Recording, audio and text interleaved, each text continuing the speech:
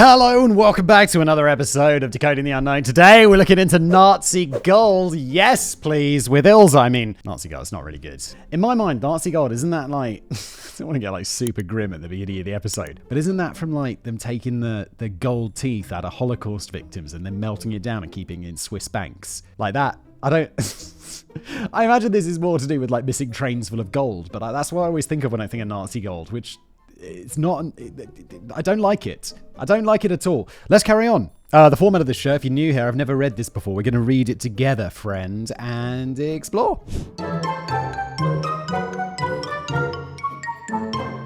On September the 1st, 1939, the Third Reich kicked off World War II as the German war machine started its push east. First stop, Poland. What followed was a war that would leave millions dead, millions homeless, and redraw the map of Europe. But nothing lasts forever, and by July 1943, the tide of war was turning. Yes, it was. The Second World War, kind of surprisingly short, right? Like 5 years? 5 years? 1939 to 1944? 1945? Okay, maybe not that short. When spring 1945 finally rolled around, it was obvious to everyone that 1945, there we go. Germany was on the losing side. The Third Reich was falling. Soviet forces were bombing Berlin, and by April, Hitler would be dead by his own hand. However, not everyone was eager to follow their Führer's example, and many high-ranking officials were scrambling to save their own skins. German forces had looted their way across Europe, so the plan was simple. Go find the nearest stash, load up with whatever you could carry, and get the hell out of Europe. Argentina seemed particularly lovely that time of year. Yeah, gold, the amount of value in gold compared to the weight is very small. Like 1 kilogram of gold is like 80 grand. So you could fit, and it's very small. It's like smaller than the size of a phone. So you could just get like, I don't know what, 20 kilos of gold, shove that shit in a suitcase. That's like, that you could get away with taking that on an airplane, like 20 kilos in like luggage. I mean, this is one of the Nazis. They're not going to be flying on a modern commercial plane from Germany to Argentina. But that's like 1.6 million in modern money in a suitcase. It's a lot. Maybe cash is... No, cash can't be that dense, can it? Maybe. Skincare is probably not something that you think too much about. Look, I get it. I was the same, but stick with me here because the UFO 3 by FOREO Sweden might change your mind, especially if you're tired of that dry, tired look your skin gets now that winter is setting in. Ever feel like your skin just needs a little bit of extra help, especially when the cold weather hits? Well, here's the solution. A deep facial hydration device that works in just 2 minutes. It's not just your average skincare gadget. It uses thermotherapy to warm your skin, helping all the ingredients from the mask that's provided absorb right where they need to be. And with FOREO app, you can access preset treatments or even create your own personalized routine. In just 2 minutes, it's clinically proven to boost moisture by 126%, and if wrinkles are concerned, you'll see them start to fade in just a week. It's a perfect gift for that special someone or just as a treat for yourself. Right now, you can get 30% off the UFO 3 by clicking the link below, and for the first 50 people who use the code DECODE10, you'll also get an additional 10% off, which is nice. Big thank you to FOREO Sweden for sponsoring today's video. And now back to the episode. Finally, the war was over. The horrors would eventually fade, but its legacy would influence writers for decades to come. Evil Nazis became the standard go-to villain in books and movies, and stories of buried Nazi gold became a favorite plot device. Nothing excites the human imagination more than buried treasure, and millions, if not billions, have been spent over the years looking for lost treasures, be it pirate treasure, Nazi treasure, or Templar treasure. Yes, Oak Island, we're looking at you. God, that was a Decoding the Unknown, which was full of such nonsense. History Channel, why? Every mystery has an origin story, and some mysteries are even very loosely based on fact. So, where did all these stories of Nazi gold come from? Well, I bet it's because the Nazis looted a ton of gold. Is Nazi gold even real, or is it just a plot device that gave us 3 blockbuster Indiana Jones movies? Today we're going to dive into the tales of Nazi gold and find the nugget of truth in all the fantastic tales. The biggest robbery in history. Back in the days when Zeus was still running around, I think that back in the day means in times that were never, because that's not real. Siring children with anything that moved, Prometheus snuck into the workshop of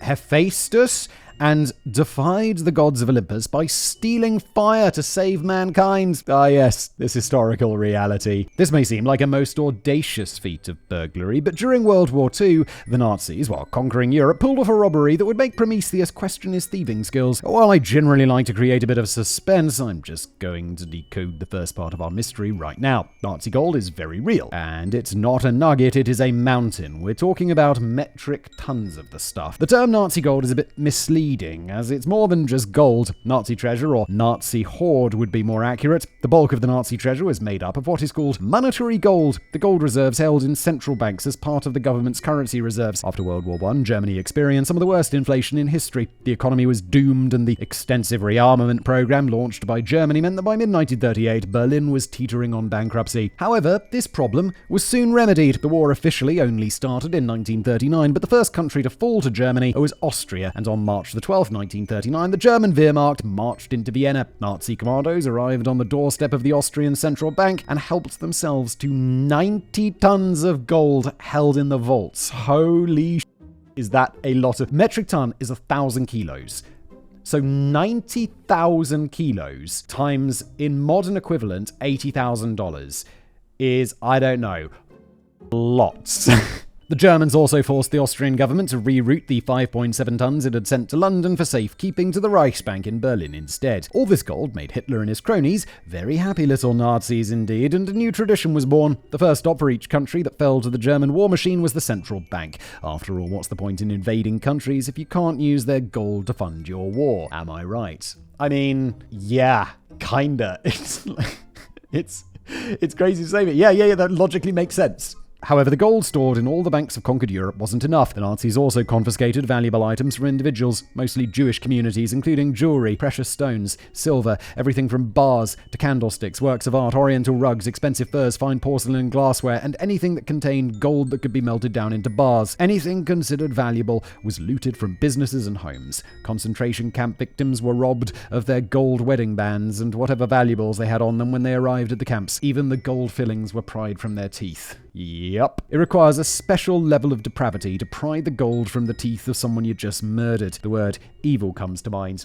It does, because that's what it is. It is what it is. Hitler needed gold to power his war machine, and he didn't care where it came from. According to one estimate, the bank gold stolen by the Nazis amounted to around $600 million. That's around $19 billion today. Around 70% of this gold has been recovered and returned to the countries it was stolen from in the first place, but the same can't be said for the treasures stolen from individuals. We have no inventory, so we have no idea just how much was taken, and while some of the art and religious artifacts taken from museums and churches have been returned, very few works of art taken from private collections have been returned to the owners or their heirs. In fact, a lot of art and artifacts have never been recovered. Personal items recovered were mostly sold at auction, with the proceeds going to refugee organizations, but the true value of a wedding ring can't be measured in dollars. With allies uncovering Nazi caches as they slowly took back Europe, the tales of hidden Nazi gold soon made the rounds, and decades later, the quest for Nazi gold is still going strong. In 2012, police raided the Munich apartment of 80-year-old Cornelius Görlitz and recovered around 1,400 paintings, including works by Picasso, Matisse, and Renaissance engraver Albrecht Dürer, collected by his father, Hildebrand Görlitz, under Nazi rule. Holy shit. Dude, you're just sitting in a museum's worth of paintings. I vaguely remember this. For treasure hunters around the globe, this was further proof that there is still Nazi loot out there just waiting to be found. And this is not something we say often on this channel, but they're not wrong. Nazi gold is apparently everywhere. Yeah, of course it is. Only 70% was recovered and sent back, and that's just the governmental gold. There's a lot of Nazi gold out there somewhere. The origin story. So, the end of the war is at hand, and the Nazis find themselves with a whole lot of loot to hide. So, where did they stash it all? Well, wherever a bar of gold could fit. Banks, mines, tunnels, bunkers, lakes, and even trains. But to really tell this story, we need to start by looking at the caches that we know about. The ones that started this whole Nazi gold rush. Switzerland.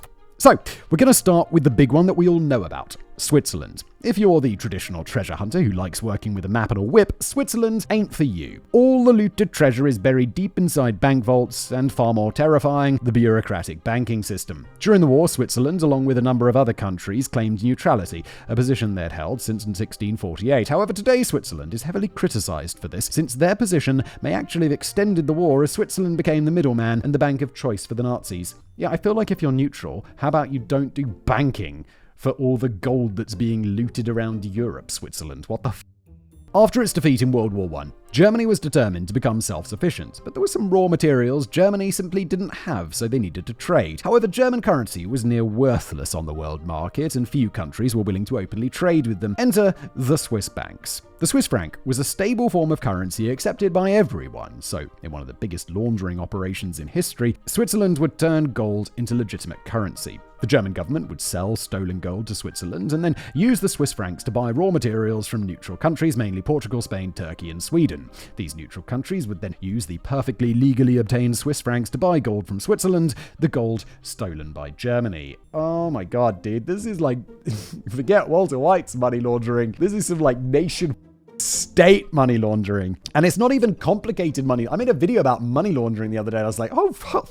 Now this shit's complicated. And this doesn't even seem complicated. They did some basic money laundering just on a massive scale. In 1997, the Bergier report estimated that Switzerland had received around $440 million in gold from Germany. That's around $4 billion today, of which around $316 million, around 2.7 to 2.8 billion today, was looted from other central banks and victims of the Holocaust. Much of it has been returned over the years, but not all of it. Switzerland was initially also a safe haven for Jewish wealth. Seeing the danger looming on the horizon, Jewish people deposited their money and valuables in Swiss bank accounts to keep it out of the hands of the looming Nazi threat. The Nazis like, we're neutral. We take the Nazis and the Jews' money. This was, of course, helped by the Swiss Banking Act, which ensured the anonymity of account holders, preventing the Nazis from seizing Jewish wealth in Swiss bank accounts. Is this like where numbered bank accounts come from? Like, that seem to be that, and bearer bonds are like, I don't know if these are real, but every movie where it's like there's a dude in a, like James Bond's Nemesis or whatever, he's got like a suitcase full of bearer bonds and a numbered Swiss bank account. I don't know if either of these things are real. I think I looked up bearer bonds once and they used to be real, but they're not anymore. And the idea is that it's just like whoever holds that piece of paper is entitled to whatever money's written on it. However, once the war was over, Jewish families came looking for their money and walked into a wall of bureaucracy. In many cases, the original account holder had died in a German concentration camp. The Swiss banks demanded death certificates. Apparently, no one told them that death camps didn't bother with death certificates. In many cases, Jewish bank accounts went dormant since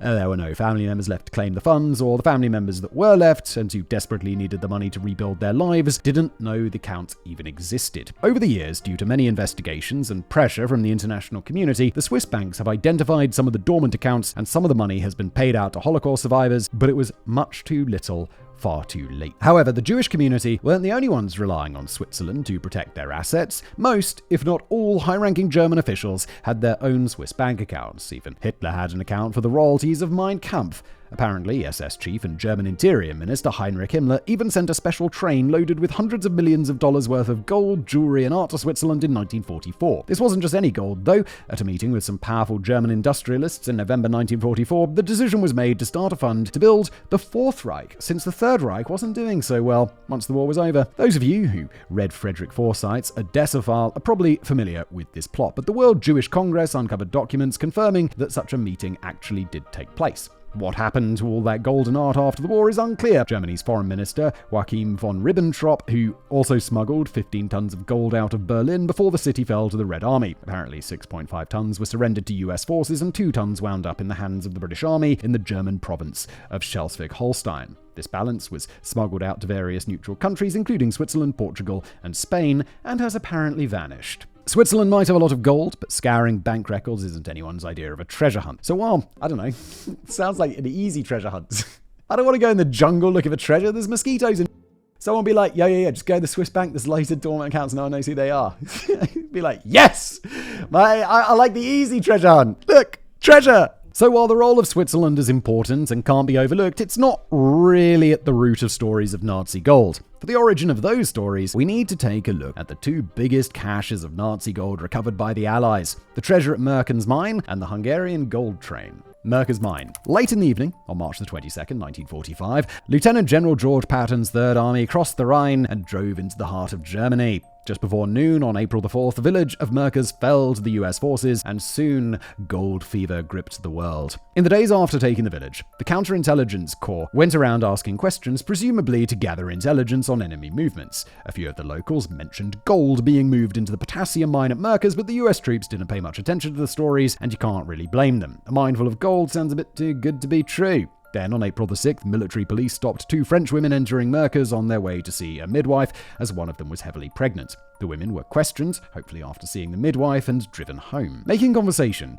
the driver asked the women about the mine. The women had no idea what had been mined there, but they did know all about the gold and valuable works of art that had been stashed in the mine since the Nazis had rounded up some of the locals to do the heavy lifting. Finally, a senior officer took an interest and asked some locals who had no qualms about handing over Nazi gold. The lesson here being be nice to the locals, and promptly provided him with a list of names of Germans who had been present when the gold was being moved into the mine, including Dr. Paul Ottwin Rave, curator of the German State Museum in Berlin. Unlike many of his colleagues, Rave didn't make it out of town before the Allies arrived and had been arrested. When questioned, he admitted that it was his job to make sure the mine was suitable and take care of the paintings stored in the mine. Suddenly, the stories about a golden hoard and a salt mine weren't just stories. There was actual treasure in that mine. And what's a senior officer to do? Well, post a guard on every possible entrance for a start and then call in some reinforcements. The next day, with suspense running high, some high-ranking officers, photographers, and Rave finally entered the mine. At the bottom of the elevator shaft, 2,100 feet, around 640 meters underground. Damn, mines are deep!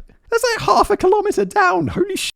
They found 550 bags of Reichsmarks, and that was just the beginning. The vault, simply named Room Number 8, was a bricked-up room with a large steel safe door, complete with a combination lock and a timing mechanism. The man with the key for the door was long gone, so army engineers were given the task of getting into the room, which they did by ignoring the door and blasting through the wall. The room was approximately 75 feet, around 22 meters wide, 150 feet, around 45 meters long, with a 12-foot, 3.6 meter high ceiling, and a tram railway track which ran down the center of the room. Stacked on either side of the track, in 20 tidy rows, were 7,000 bags, stacked knee-high. German efficiency being what it is, all the bags and containers were clearly marked, and the gold bags were sealed. You don't want your gold to walk away, after all. Baled currency was stacked along one side of the vault, along with gold balances and other Reichsmarks equipment. At the back of the cavern were 18 bags and 189 suitcases, trunks, and boxes, each with a packing slip that included the contents and tagged with the name Melmer, the account used by the SS for loot taken from concentration camp victims. The confiscated property consisted of gold and silver bars, gold from dental work, cigarette cases, diamonds, gold and silver coins, and foreign currencies. The local tales of Nazi treasure in the mine were not exaggerated. Initially, the reinforcements guarding the mine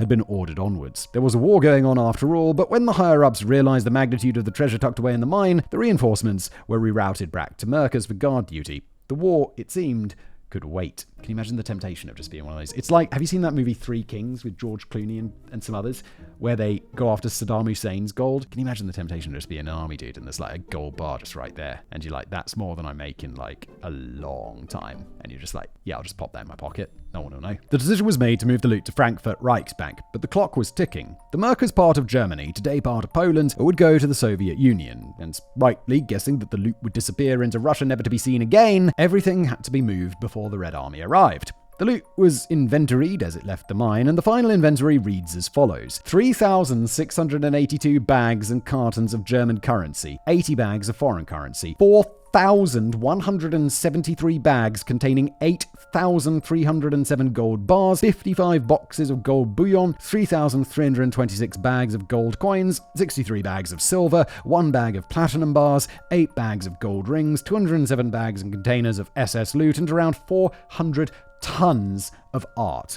1/4 of the major holdings of the 14 Prussian art museums in Germany. Final inventory showed that the value of the gold, silver, and currency was over $520 million. The bulk of the German gold reserves moved from Berlin after bombing raids basically destroyed the Reichsbank. So, what happened to it all? The foreign currency was returned to the country of issue. The gold was turned over to the Tripartite Commission for the Restitution of Monetary Gold and divvied up between the central banks from which it had been stolen in the first place. It wasn't everything that was stolen, but it was a good chunk of it. This took a couple of years. The commission only officially finished its work in 1996. The art and non-monetary gold, especially the SS loot, was a bit of a bigger problem. How do you identify the owners of the dental gold? I'm gonna guess that those owners are not around anymore. These items were given to organizations for auction, and the proceeds were used to support refugees. The art was mostly returned to museums. However, hundreds of people were involved in moving the loot from Berlin to the mine and from the mine to Frankfurt. The locals knew all about the treasure well before any troops were stationed at the entrances, and even then, not all of the entrances were guarded immediately. So, Was all the loot removed, or did a few people help themselves to a coin here or there or a bar of gold while moving, storing, and sorting through the piles of treasure? I feel like the answer is unquestionably yes. Around 30 trucks had to take 2 trips to get everything to Frankfurt, and there are rumors that 1 or 2 of the trucks never arrived. The Hungarian gold train. Many tales of Nazi treasure mention trains. Himmler had a gold train, Hitler had a special train, and we'll get to the Polish gold train in a bit. The idea of a train laden with gold doesn't sound very practical to me, since a train's movements are a bit limited, but the pro-Nazi Hungarian government thought that it was a great idea. Much like their heroes leading the Third Reich to certain victory, the pro-German Hungarian government did a thorough job of confiscating all of the wealth that they could get their greedy little hands on from the Hungarian Jewish community. Initially, the stolen loot was stored at Obania Castle near Zerz, where it was carefully sorted and any identifying information was destroyed. In 1944, the man placed in charge of this operation, Arpad Toldi, decided to load all of the loot onto a freight train with 46 cars, of which 24 were filled with treasure, and make for the mining town of Brenbergbania. Here, in a local bathhouse, the sorting continued while the train was parked in a tunnel. In March 1945, with the Red Army practically on his doorstep, Toldi made the wise decision to get the train out of the tunnel, load everything back onto the train, and get the hell out of Dodge, the final destination being Switzerland.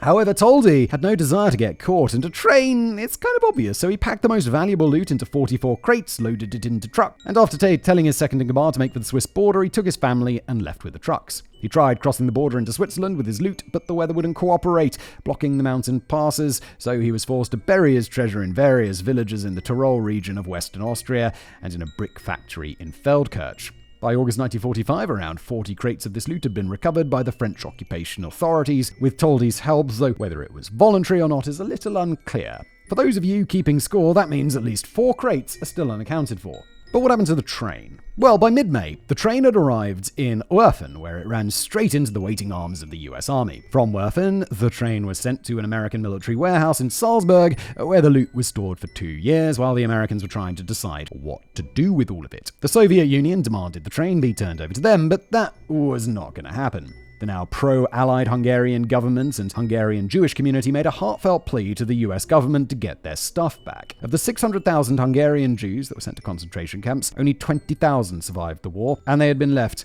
with absolutely nothing.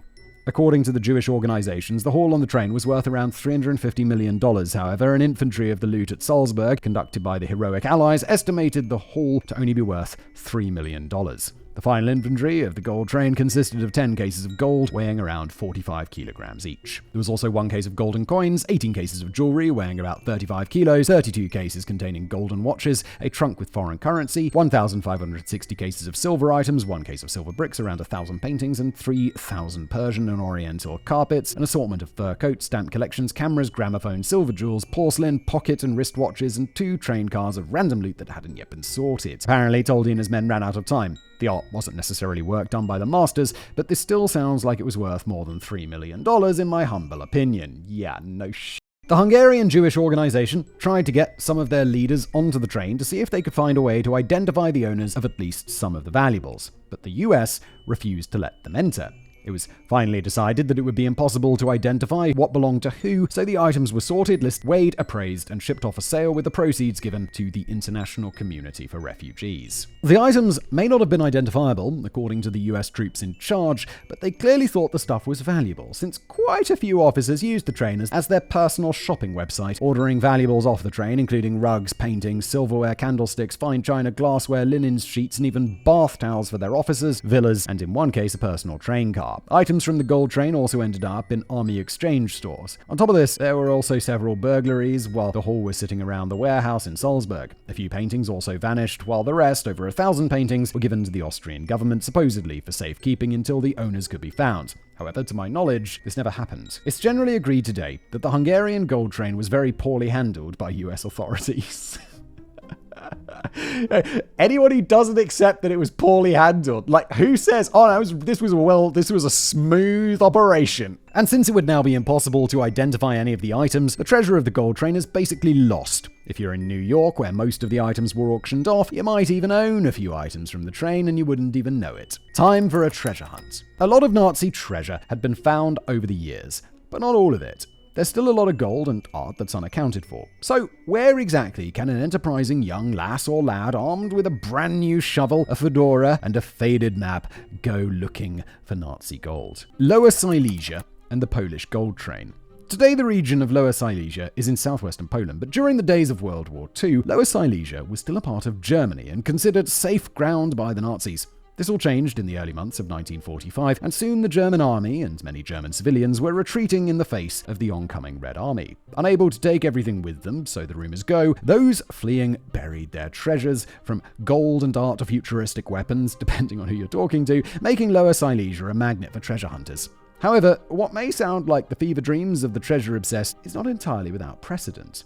As the Red Army descended on Lower Silesia, many German civilians were killed, and those who survived were evicted and sent west. By the end of 1947, around 2 million Germans had been removed, so the new Polish government decided to repopulate the region. Hundreds of Poles from the east arrived to find vacant towns with fully furnished empty houses, as the Germans fled with what valuables they could carry. What they couldn't take with them, they often buried in jars and chests, or hid behind walls and other secret nooks and crannies in their homes. Some people later returned for their property, but most didn't, so finding a small fortune while digging up your vegetable patch to plant potatoes wasn't that uncommon. Lower Silesia truly was a land of buried treasure. One famous story of buried treasure is that of Herbert Kloss, a high-level police official in the city of Wrocław, who was arrested by the Polish secret police after the war. According to Kloss, around mid-November of 1944, the city's chief of police asked him to help residents secure their valuables. Going from house to house, Kloss and his colleagues collected gold, jewelry, and other valuables, which were then stored at the police headquarters in chests made of iron and hermetically sealed with rubber.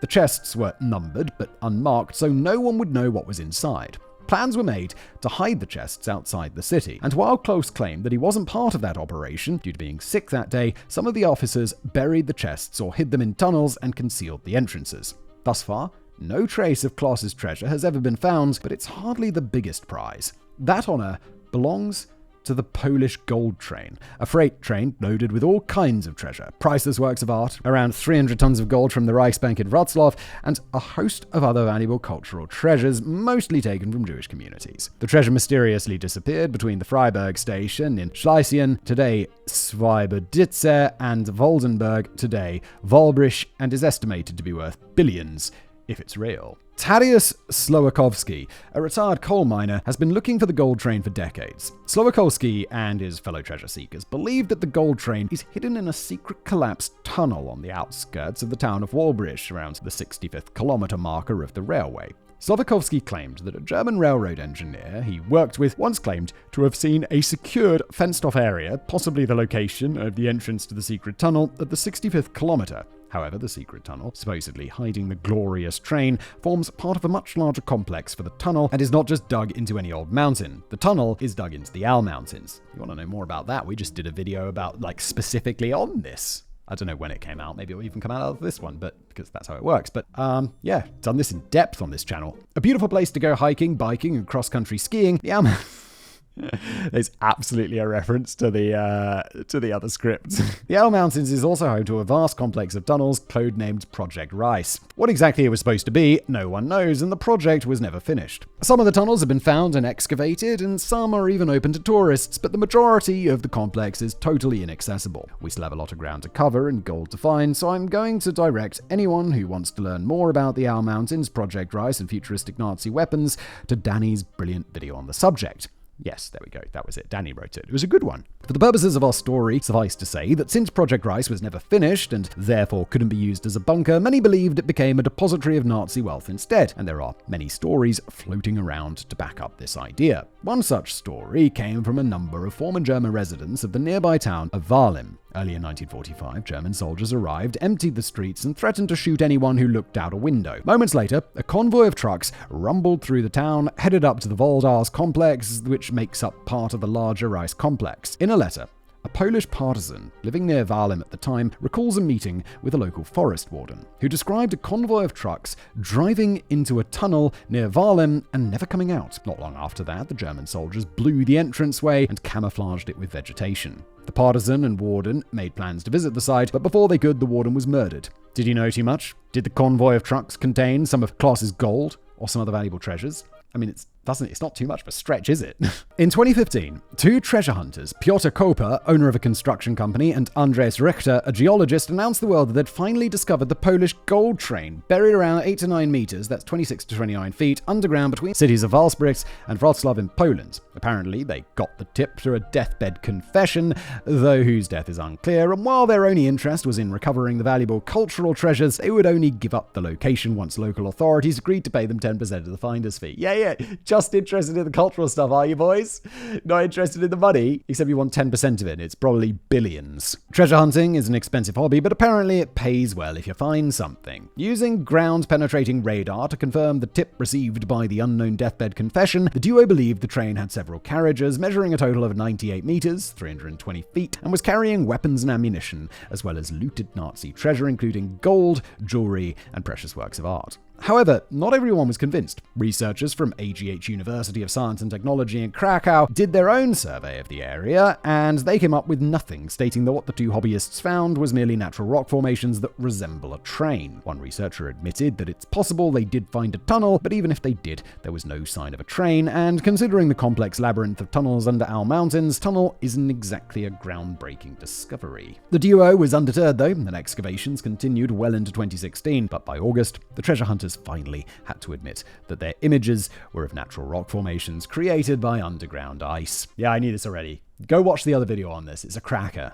Turns out the wet blankets from the university were right all along. While the treasure hunters ended up with 10% of nothing, the excitement of the find lured tourists from all over, bringing with them delicious tourist money. So there may not have been a gold train, but the economy got a welcome boost, so at least someone made some money off of the whole thing. Not long after the search for the train was abandoned, Koper discovered 24 priceless 16th century Renaissance portraits hidden behind a plaster wall while renovating a palace in the village of Struga in Poland, so clearly there are still treasures to be found in the region. Historically, we have no evidence for the existence of this gold train. Project Rice probably had train tracks in the tunnels, since Hitler had a moving HQ and a train adapted to that exact purpose. It was blown up in Austria, so the Polish gold train definitely isn't Hitler's special train. However, the German army used armored trains to patrol railways during the war, and while some of these trains are still unaccounted for, is one of them parked under the Owl Mountains, loaded up to the brim with glittering gold. Well, when the Red Army arrived in Poland, and in Lower Silesia in particular, though it was still considered part of Germany at the time, they looted what valuables they could as compensation for the Soviet Union's losses during the war. If the tunnels of Project Rice were indeed used to store looted treasure, it's unlikely that the Soviet soldiers would have missed it or left it behind. On top of that, a lot of people would have been involved in the moving and hiding of said train: the driver, the guards, and the people loading the train in the first place, and those responsible for collapsing and hiding the entrance. It seems strange that none of them came back for the gold after the war or told their wives and children about the treasure. If the gold train actually exists, it must be the best kept secret since the Colonel's secret blend of herbs and spices. I don't think this one existed, partly because of all the stuff we talked about in the other episode where we talk about this specific Polish gold train, the Nazi gold train in Poland. I don't think it's real.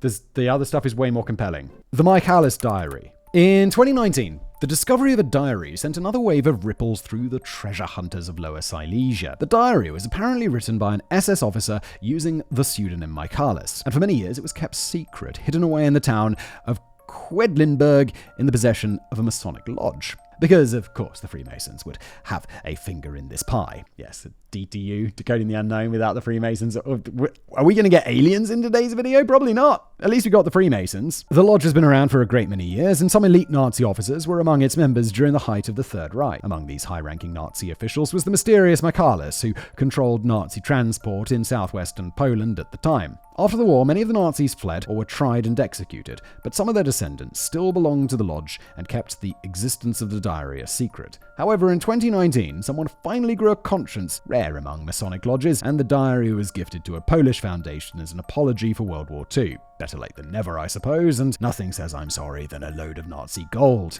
The diary apparently revealed not just one, but 11 different sites where Nazi loot consisting of more than 30 tons of gold, jewels, and priceless paintings, as well as other religious artifacts, had been hidden by the Nazis. One location listed in the diary is an abandoned well, 200 feet, 60 meters deep, located on the grounds of the 16th century Hochberg Palace, the site of a Nazi brothel during the war in the village of Roztoka in Lower Silesia. Apparently, the Nazis stashed the gold gold, murdered the witnesses, dumping their bodies in the well, and detonated explosives to seal the entrance. It's theorized that the gold lying at the bottom of this well came from the vaults of the Reichsbank in the Polish town Breslau, today Wrocław, and could be worth billions of euros. After the war, the Art Looting Intelligence Unit, or ALIU, created by the US government, linked a director of the Silesia Museum, Gunther Grundmann, to stolen art hidden in Lower Silesia. Grundmann drew up a list of 80 sites, among them Hochberg Palace, where he had stashed away precious treasures, but many of these caches had since been looted, probably by the heroic invading Soviet army as they arrived to liberate the Polish from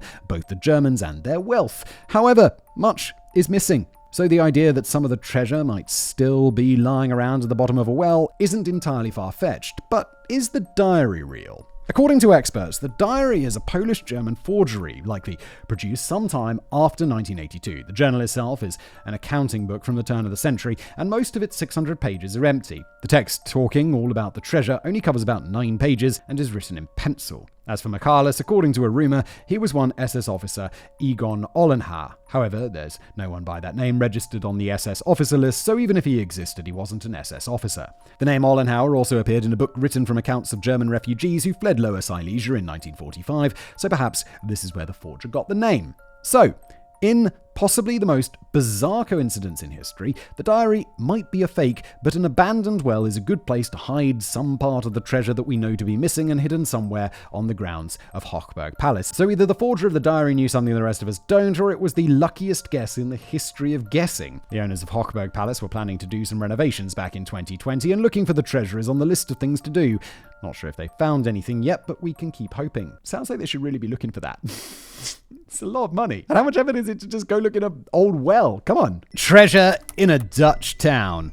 In January 2023, a hand-drawn map, complete with a red X to mark the spot, was found among documents in a file made public by the Dutch National Archive at the end of a 75-year confidentiality period. To the excitement of many, the map seems to point to a treasure of Nazi gold buried in the town of Ommeren in the eastern province of Gelderland. The declassified archive documents include testimony of a German soldier, Helmut Sonder, who claimed that in August 1944, a bomb hit a bank in the city of Arnhem, 40 kilometers, that's 25 miles, from Ommeren, scattering the contents of the vault, coins, jewelry, precious gems, and gold watches in the street. 3 German soldiers, in the right place at the right time, grabbed what they could and stashed their haul in ammunition boxes. In the last weeks of the war, in 1945, with the German army in full retreat, the soldiers decided to bury their loot and presumably return for it later. This map is very detailed, showing that the treasure had been buried around 70 to 80 centimeters deep next to a poplar tree just outside of Ommeren. The tree, unfortunately, is long gone. After the war, a Dutch institute set up to track down the belongings looted by the Nazis came across Helmut's story. Using his testimony in the map, the Dutch institute made 3 attempts to find the buried treasure, which they clearly considered to be both very real and very valuable. I mean, this is nothing compared to like a train full of gold. It's just some stuff that survived an explosion that some soldiers put in a few ammunition boxes. Ammunition boxes like this big. There was a train full of gold. The first failed because the ground was frozen. For the second attempt, they made use of primitive metal detectors but found nothing. Finally, they brought Helmut himself back from Germany to point out the place and help the search, but even his eyewitness knowledge was of no help. The landscape had changed, and considering the chaos of the last days of World War II, it's not surprising that his memory wasn't entirely accurate. During their third attempt, Institute staff also encountered 2 American officers and noticed that some earth in the area had been disturbed, so apparently they weren't the only ones looking for the treasure. When the map was released, treasure hunters descended on the Dutch village in droves, digging up people's gardens, looking for gold. However, more than treasure lies beneath the earth of Ommeren. The area was close to the front line, so along with Nazi gold, oh no, they're going to be finding, bodies. Like bones. Amateur gold hunters might set off, unexploded ordnance. Okay. Something I think the municipality should probably look into. Yeah, I mean, it's just Europe. There's bombs and shit buried everywhere. It happens quite regularly. I remember living in London and just down the street from me, they cordoned off this whole area because some construction workers had uncovered a World War II bomb while digging a trench or whatever. Not like a war trench, like a trench for cables or something. Obviously. Finding the original owners of the treasure will be very difficult to do unless someone actually finds it. Many local people wanting to protect their valuables stored their wealth in the Arnhem Bank. The treasure has never been found that we know of. It's possible that Helmut Sonder was lying, but his testimony was fact-checked extensively and found to be credible. A more likely theory is that the treasure was either recovered by the soldiers who buried it in the first place, dug up by a local resident, or perhaps an employee from the Dutch Institute using insider knowledge who found the treasure and decided to keep it for themselves. Yeah, entirely possible, because if you say oh, I found all this treasure, government's going to be like, yeah, we want all of that. We'll give you a slice, but it's going to be very little. A great many soldiers also trooped through the village, and any one of them could have spotted some disturbed earth, dug around a little, and literally struck gold. Regardless, if the treasure was ever real and worth around £15 million today as investigators estimated, authorities believe the treasure is long gone, but who knows? Maybe one day it'll turn up. Lake Toplitz. Located around 40 miles southeast of the city of Salzburg, tucked away in a narrow, steep-sided valley high in the Austrian Alps, lies a small but very deep lake. It's frozen solid for about 5 months of the year. Surrounded by lush green forest, the lake can't be reached by road and can only be accessed via a mile-long private dirt track. It's beautiful, quiet, charming, and blessed with a most fascinating ecology. It might also be cursed. It's definitely not cursed, Ilse. You know why? Curses aren't real. The lake is around a mile long and 300 feet deep, around 90 meters at its deepest point, but only about the upper 60 feet or 18 meters of the lake is fresh water. Below this, the water becomes salty and contains no oxygen, which means no fish or other aquatic life. It also means that things lying on the lake bed don't decompose. Trees and branches falling into the lake from the surrounding hillside now form a near impenetrable barrier floating around 60 feet below the surface, making diving in the lake extremely dangerous. So diving in the lake is forbidden. The story of Lake Toplitz starts in 1943, when the German army realized that the lake would make a brilliant testing station, and from 1943 to 1944, during the height of the war, Lake Toplitz was used to test weapons for the Navy. However, when things started going sideways for the Nazis, Lake Toplitz took on another role. It became the final resting place of many Nazi secrets and possibly Nazi treasure. Early one morning at around 5 o'clock, during the last months of the war, a young woman, only 21 at the time, living in a house near Lake Toplitz, was woken, along with her family, by urgent knocking on the front door. A German officer impatiently ordered the family to get up and get their horse and wagon ready. The Germans had a truck full of boxes that needed to go up to the lake, but the truck had gone as far as it was going to go. Only a horse-drawn wagon could make it the rest of the way, so the young woman called Ida, along with her family, loaded the heavy boxes onto the wagon and drove the wagon to the lake. The boxes were all different sizes, and some were quite heavy and others were quite light. There were so many boxes that it required 3 trips. On the third and final trip, Ida arrived to see the Nazi officers and soldiers sink the boxes into the lake. Obviously surprised, she asked why they were doing that and what was in the boxes, but she didn't get an answer. I reckon she's lucky she didn't get shot. Yes. It's like, don't ask questions. It's the Nazis. Just be like, okay, let me just go on then. There are many theories about what could have been in those boxes and other boxes taken to the lake by soldiers during the last days of the war. The most popular stories center around the gold, religious artifacts, and other valuables stolen from Jewish communities. Others believe the boxes contain documents with secret Swiss bank account numbers where the Nazis deposited their stolen loot, or information about other sites where the Nazis hid their stolen treasure. Perhaps the boxes contain works of art, possibly even panels of the enigmatic Amber Room that vanished during the war and has never been seen since. According to a letter written by an SS officer, the Germans took extra precautions when they hid their secrets by detonating explosives near the cliff face, plunging into the lake. The additional rocks falling into the lake after the explosion went a step further to hide whatever it was they wanted to hide. The bed of the lake is now strewn with boulders and logs. Well, they made it impossible for them to recover along with everyone else. Why? It's going to be a nightmare. Lake Toplitz isn't the only lake considered to contain Nazi treasures. However, it remains the most mysterious, partly due to all the deaths, hence the story of a curse. Compared to most other countries, Austria doesn't exactly have what you'd call a soaring crime rate, so the number of mysterious deaths around the lake does seem very strange. In February 1946, 2 Austrian engineers and experienced climbers, Helmut Mayer and Ludwig Pichler, pitched a tent on the shores of the lake. They intended to climb Mount Rachfang above the lake. About a month later, their bodies were discovered in a snow hut on the mountain. Both men had been murdered. It later turns out that the men had worked at the naval testing station at the lake in 1943 and 1944. Had they returned to the lake to find something buried or hidden in or near the lake? In 1950, a German engineer, only named Keller in the articles I found, arrived at the lake to do some climbing and hired a local guide, Gert Gerens. Just to talk about those 2 previous dudes who were working at the lake, I would absolutely assume that there were 3 of them initially, and they all went to the lake together, and then they recovered their treasure, and then one dude murdered the other two, made it look like there were only ever two of them, and then took the treasure and f***ed off. Isn't that the most obvious thing that happens?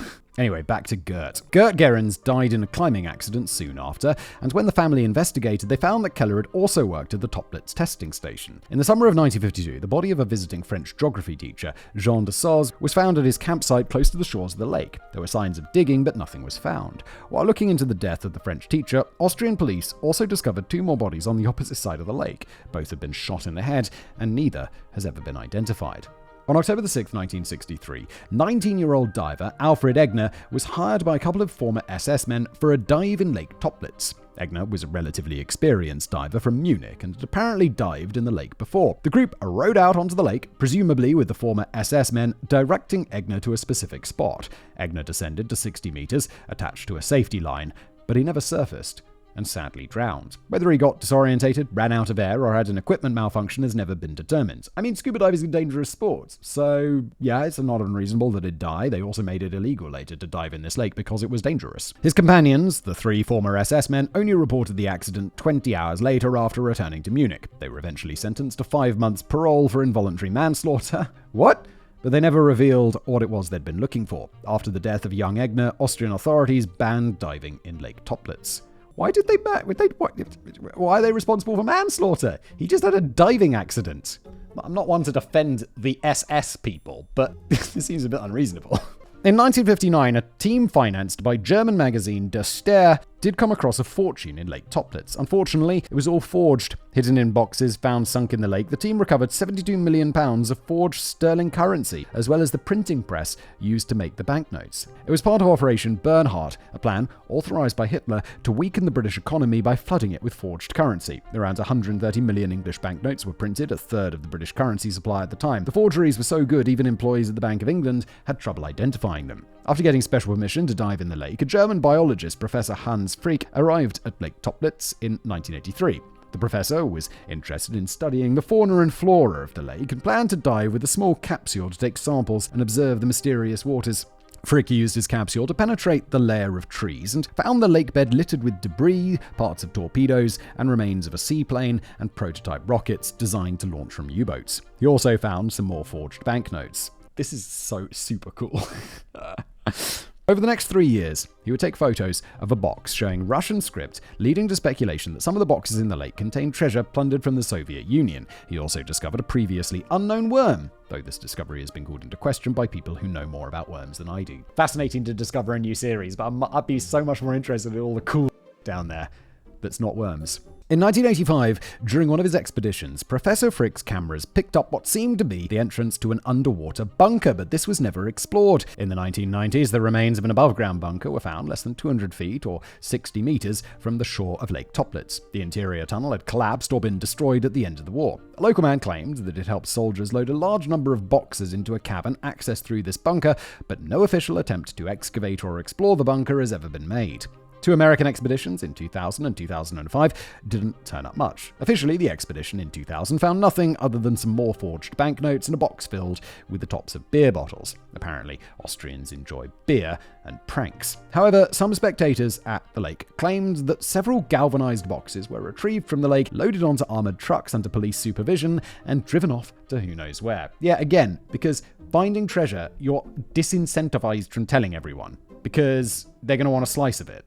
However it works with the government, they're like, oh, it's treasure that's found. So I don't know, there's something in the UK, like they take 90% of it or whatever. So there's a pretty strong incentive to be a bit of a criminal and not tell anyone. Many attempts have been made to recover the treasure from Lake Toplitz, but other than forged banknotes, it seems that no one has had much success. Skeptics would say that's because there's nothing to find, but I'm not convinced. Lake Toplitz formed part of the Alpine Fortress, a mountainous region in Austria and southern Germany, where the Nazis, according to rumor, were planning to make a last stand. Riddled with existing salt mines, it was further excavated, adding extra tunnels and bunkers, and the Alpine Fortress's crumbling remains exist today, though much of it is well hidden. During the last days of World War II, the Nazis transported much of what they considered valuable looted wealth, gold from the Reichsbank and an assortment of incriminating records of dastardly deeds, to their mighty Alpine Fortress, and many believe these treasures are still lying around tunnels, bunkers, and the bottom of lakes, waiting to be found. I mean, there's so much stuff still missing that it is obviously somewhere. Considering the number of credible eyewitness accounts of SS activity around the lake in the last months of the war and the discovery of the forged money, not to mention all the suspicious deaths in the years after the war, it's clear that something was going on at the now quiet lake. With the thick carpet of logs lying at the bottom of the lake, it's very possible that whatever was dumped into the lake over 80 years ago is now stuck or buried in the mud under a near impenetrable layer of logs. It seems that the Nazis chose well, and the secrets entrusted to Lake Toplitz will remain secrets at the bottom of the deep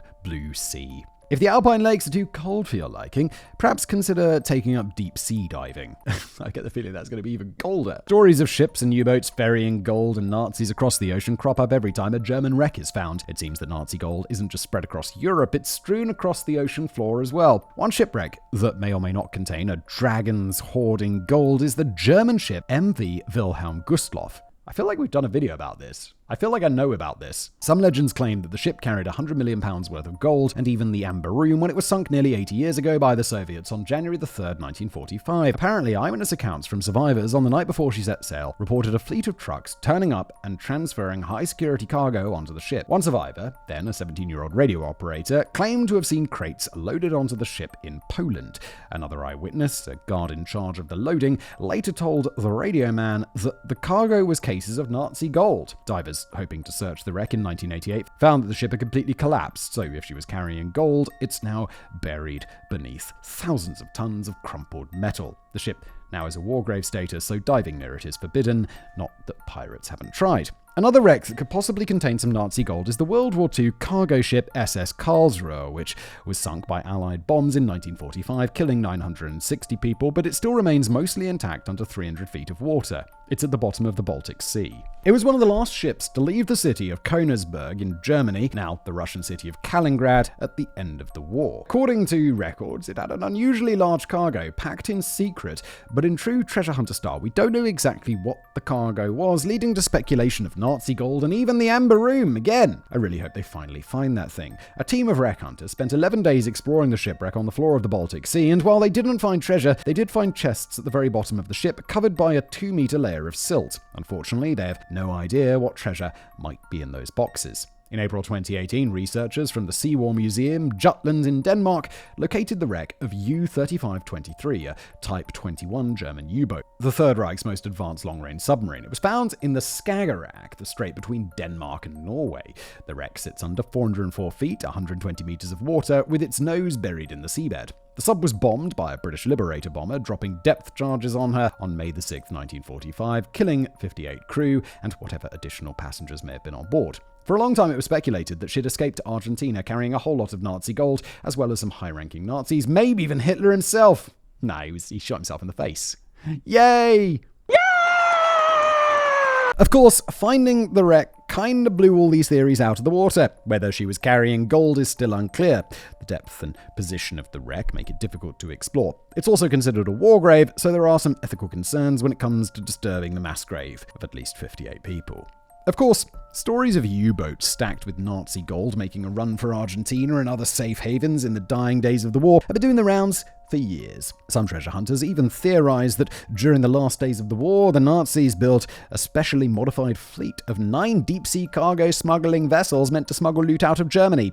What, just last-minute building some incredibly advanced ships, please? However, if this fleet ever existed, not a single one of the ships has ever been found. However, we know that some U-boats made it to Argentina, so while a fleet seems unlikely, a single boat carrying treasure isn't that far-fetched. No, that almost seems likely, doesn't it? U-977, captained by Heinz Schaffer, set out 3 days before the U-boat fleet was ordered to stand down. His orders had been to enter the port in Southampton in England. However, with the war ending, he wasn't particularly interested in facing the music. After dropping off 16 crew members who wanted to go home, he set off for Argentina, but he didn't arrive until August, making it a journey of 4 months, raising some questions about what took him so long to get there. The crew surrendered to Argentinian authorities, who handed them over to the Americans, and U-977 was seized and sunk. Rumors started doing the rounds that U-977 took so long to get to Argentina because it stopped by Antarctica along the way. A similar story did the rounds after U-530 also arrived in Argentina more than 2 months after the war ended. Like U-977, stories did the rounds that the U-boats actually transported senior Nazis and their loot to Antarctica, or more likely South America, and the crew only turned themselves in after dropping off their precious cargo. Yeah, why would they drop it in Antarctica? It's like the least hospitable place on Earth. It's a good place to hide gold, but you're also going to be hiding it from yourself, and also your Nazi boss. It's going to be like, okay, here you go, boss sergeant, Antarctica. He's like, no, I wanted to go somewhere warm. We were supposed to go to South America, you...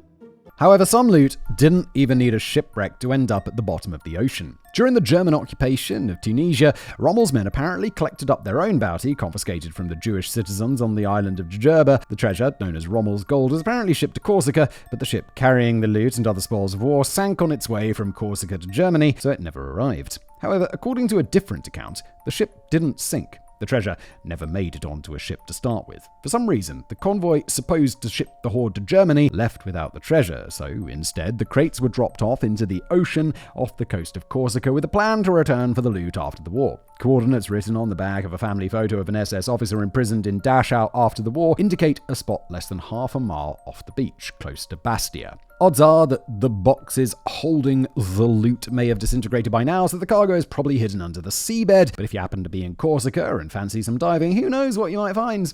Argentina. Alright, by now it's common knowledge for anyone with even a passing interest in history that many Nazis fled to South America, especially Argentina after the war. The president at the time, Juan Domingo Perón, was pro-fascist and a Nazi sympathizer and personally oversaw the safe passage of hundreds, though some sources claim thousands, of SS members into Argentina towards the end of World War II. However, the big question is, did the Nazis bring any gold with them? After the war, the Nazis escaping to South America needed money, and most of them had Swiss bank accounts where they deposited their looted gold. The Swiss banks decided to honor these bank accounts, and according to an Argentinian report, at least 12,000 Nazis living in Argentina maintained accounts at Credit Suisse, and many of them were quite eager to invest in their new home country, so everyone's happy except for the people from whom the money was stolen in the first place. Yeah, also, these banks are like, yeah, sure, no, we know it's your gold, Nazi, we'll send it to you in Argentina, that's no problem. And then some guy's like, I think that's my dad's gold who got killed in a concentration camp. Can I have it? And they're like, oh, don't know about that. I'm going to need that death certificate. What the...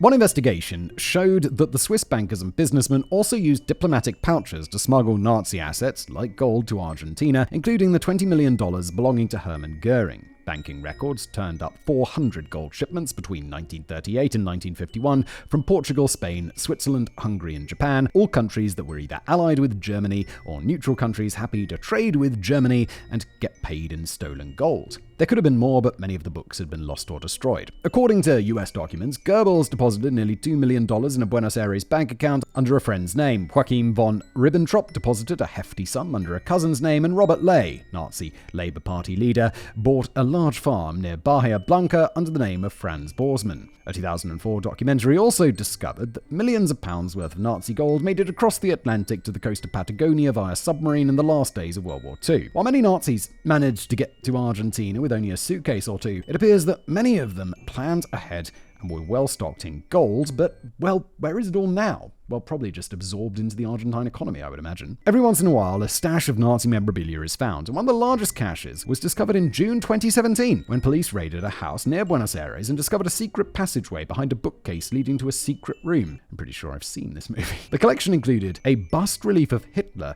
magnifying glasses in boxes with swastikas on them, and even toys used to indoctrinate children. Initially, investigators believed that officials close to Hitler himself had brought the items to Argentina with them when they fled the hangman. After all, both Joseph Mengele and Adolf Eichmann once lived in houses near Becker and the suburb where the trove of artifacts was found. However, in 2019, an investigative team from Germany invited the Argentine Federal Police to evaluate the haul and determined that everything in the collection was counterfeits and falsifications, items that date back to the 1930s, but the swastikas, engravings, and other party paraphernalia were only added much later by an experienced forger. However, despite this, many believers still adamantly insist that there are Nazi artifacts and treasures floating around Argentina. While I'm sure many Nazis did bring in money, I'd have to agree with the historians on this one. It wouldn't make much sense that a fleeing SS officer escaping via the rat lines with his family and whatever they can carry is going to stuff a bust of Hitler into his suitcase. No, that's daft. Definitely not doing that. It's also like, if you get caught with that, they'll be like, hey!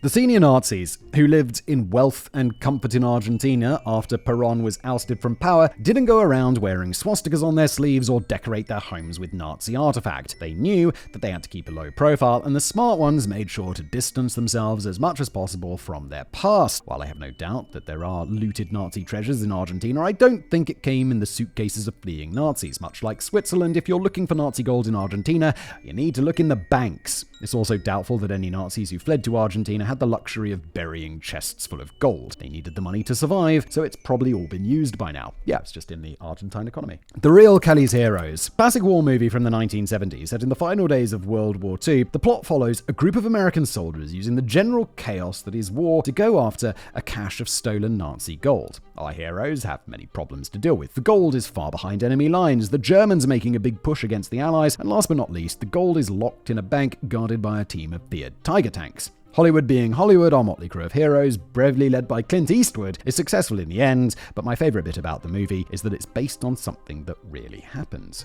Sounds pretty exciting. On February the 3rd, 1945, a massive Allied air campaign over Berlin caused a staggering amount of damage to some of the city's most important government buildings. Among them, the Reichsbank, home of Germany's gold reserves, most of it looted by now. With the bank blown to bits and the vault left exposed, the bulk of the reserves were taken to the potassium mine at Merkers. However, not all of the reserves were sent to Merkers. Some of it was sent off to distant branches of the Reichsbank across Germany. Around $151 million worth of gold was sent to Bavaria and the resort town of Mittenwald.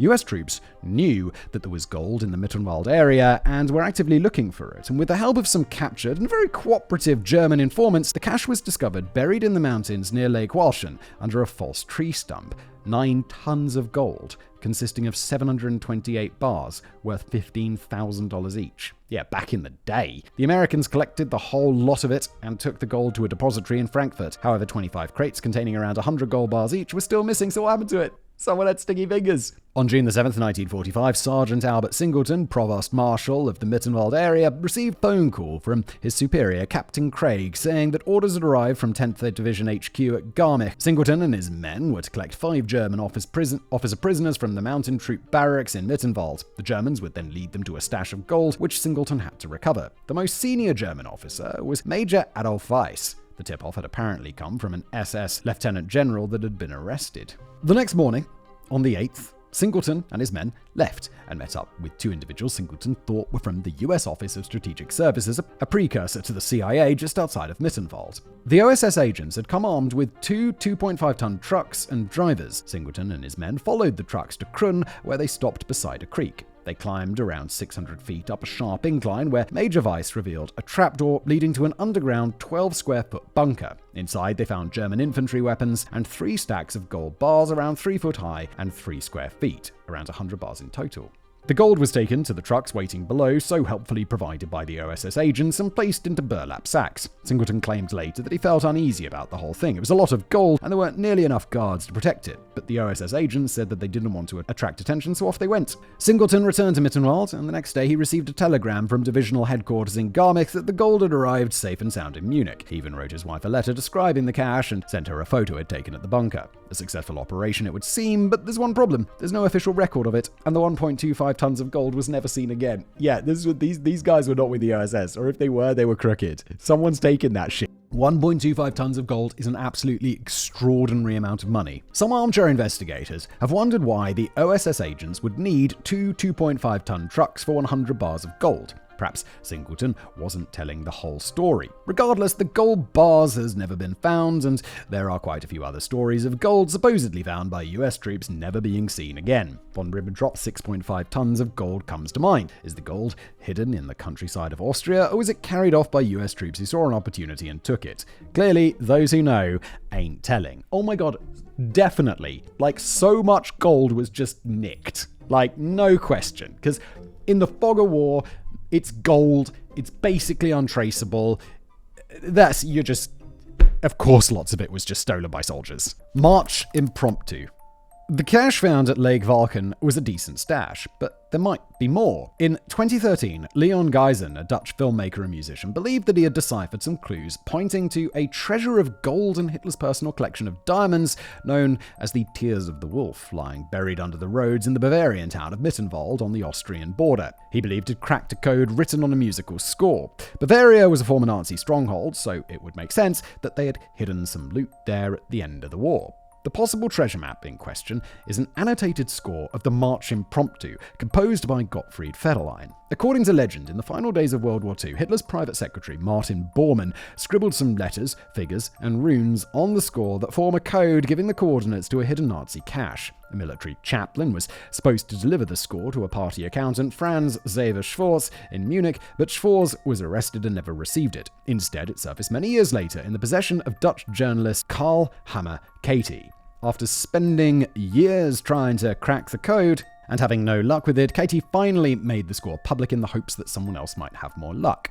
Geisen believes that the line added to the score that reads, "Where Matthew plucks the strings," refers to Mittenwald and Matthias Klotz, who founded the town's violin-making tradition. He also claims that the score contains a schematic diagram of the train tracks that ran through Mittenwald in the 1940s, and the fragmented sentence, "end of the dance," at the end of the score, means the location for the treasure is the former site of the buffer stops.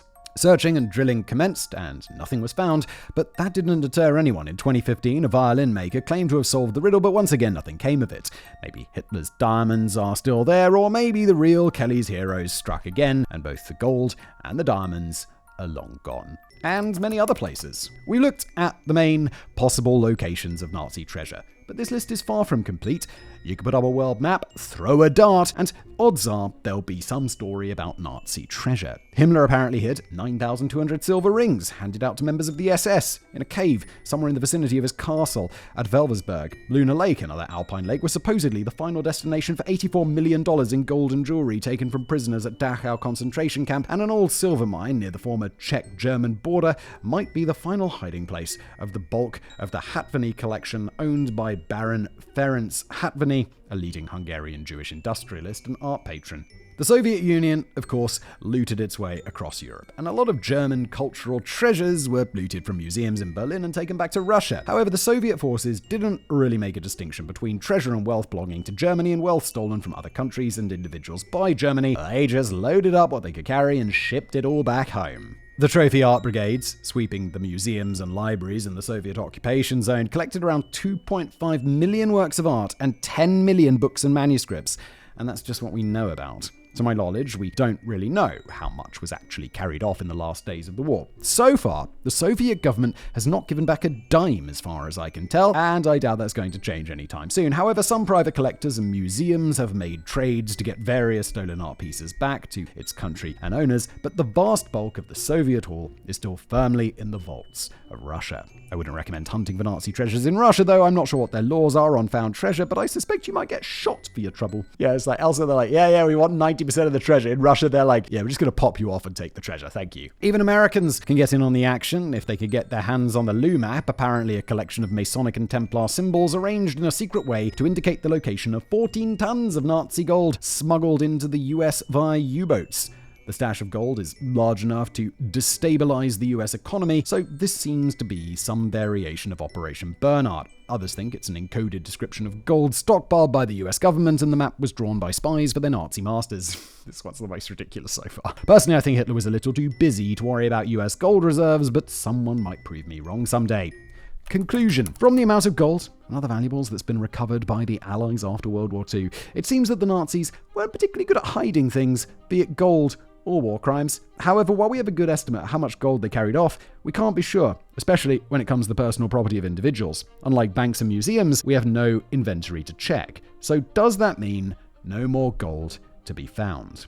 Well, I very rarely say this when I write about unsolved mysteries, but for once, the answer to the question is yes, there is definitely some treasure that's never been recovered, especially art. But the question is where to start looking.